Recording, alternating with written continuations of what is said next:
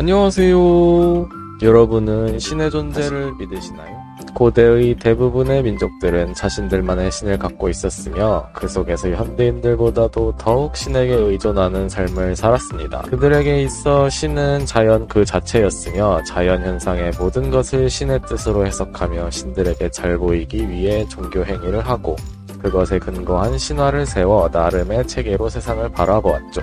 통상적으로 현생 인류 사피엔스 전 에렉투스부터 매장 풍습에서 비롯된 사후 세계에 대한 생각이 종교적 관점으로 발전했다고 여겨지는데 그로부터 수십만 년 후까지 인류가 자연과 세상에 대해 바라보는 관점은 크게 변하지 않았습니다. 먹을 것을 찾아 떠들며 오늘 먹으면 언제 먹을 수 있을지 알 수 없는 불안정한 수렵, 채집 생활에서 어느 날 누군가가 발견한 종자와 열매의 관계를 바탕으로 가히 혁명이라고 불릴 만한 농업 생산을 시작함으로써 농업에 적합한 지역에 정착해 안정적이고 예측 가능한 생활로 접어들면서 인구가 폭증해 문명이라는 것이 발달합니다.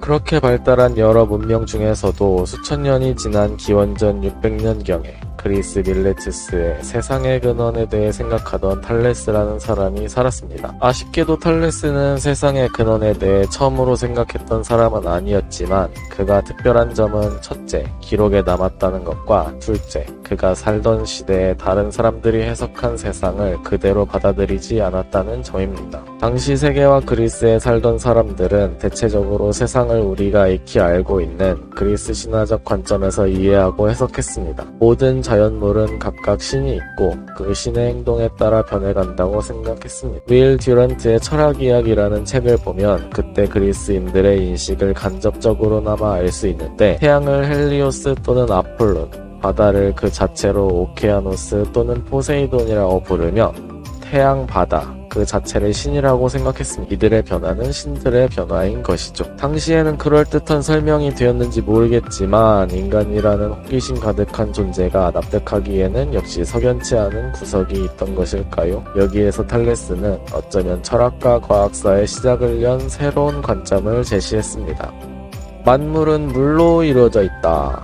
탈레스가 그 이전의 우주가 신들의 작용에 의해 이루어지고 움직인다는 것을 부정했는지는 정확히 알 수 없지만 그는 인간 외적인 초월적 존재가 아니라 자연 안에서 자연 현상을 해석하려 시도한 최초의 선구자입니다. 즉, 탈레스는 신화가 아닌 과학의 영역에서 사물을 이해하려 한 것입니다.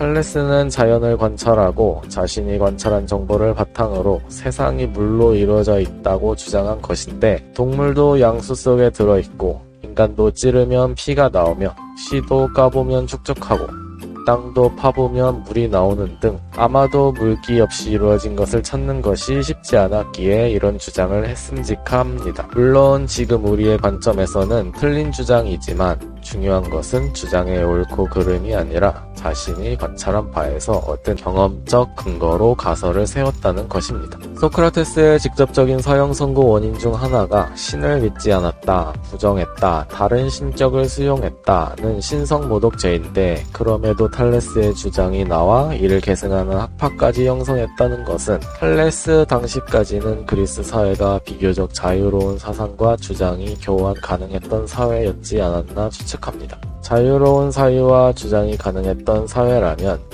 이러한 제대로 된 과학 철학이 그리스에서 그 기원을 찾는 것은 우연이 아닐지도 모릅니다. 그리스의 도시국가들은 짧으면 마케도니아, 길면 로마가 점령해 그 맥이 끊길 때까지 수백 년을 발전하게 되는데 그 이후에 기독교가 전파되면서 과학과 철학은 다시금 암흑기를 맞아 그리스 이전으로 후퇴하게 되고 르네상스 시대에 이르러서야 고대 그리스에서 끊어진 고리를 이어 발전하게 됩니다. 수백 년의 시기를 잃어버린 것이 경제서상사를 주제로 하는 저의 입장에서는 아쉬운 일이기는 하지만 이를 교훈으로 삼아 앞으로는 이런 퇴보가 다시 없기를 바라봅니다.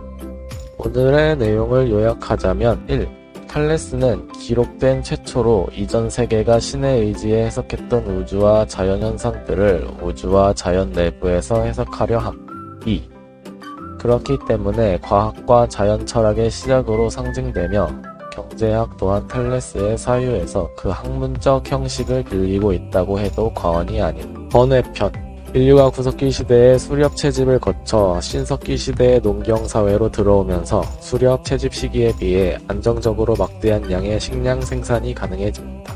구석기 시대에는 자연에서 주어진 먹을 것들로만 생활을 했기에 썩는 식량을 비축할 수 없었고 제철이 아니면 먹지 못했으나 신석기 시대에 농작물을 심고 수확하는 농업혁명이 일어나면서 양질의 토지가 많으면 많을수록 종자를 늘려가며 경작할 수 있고 척박한 토지도 각종 관계 수리시설을 만들어 어느 정도 농사짓기에 적합한 땅으로 만들 수 있었기에 일정 부분 수확량의 예측과 잉여 생산분의 비축이 가능해졌기 때문입니다. 잉여 생산분의 비축은 인구를 늘리고 계급을 분화시키는데 이 과정에서 도시가 생기고 문명을 이루게 됩니다. 인구가 늘기 때문에 먹을 것이 부족해질 경우 이웃 도시나 문명을 침략해 생산물로 약탈하거나 토지를 빼앗고 다른 부족들을 노예로 만들기도 하죠.